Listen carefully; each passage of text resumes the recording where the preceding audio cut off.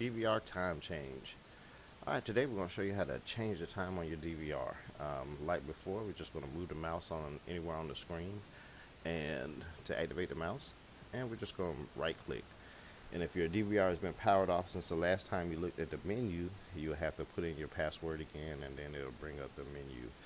We're just going to go to right click, bring up the menu screen, and we're going to click the first option, main menu. In main menu, we're going to go to system, and in system we're going to go to general, and this is where we set up the time zone, the time, daylight savings time.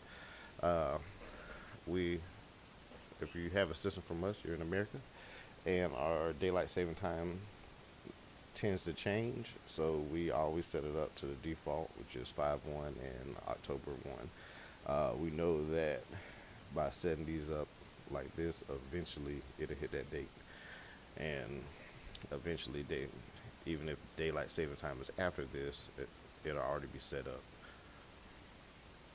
Alright, then simply hit OK and take a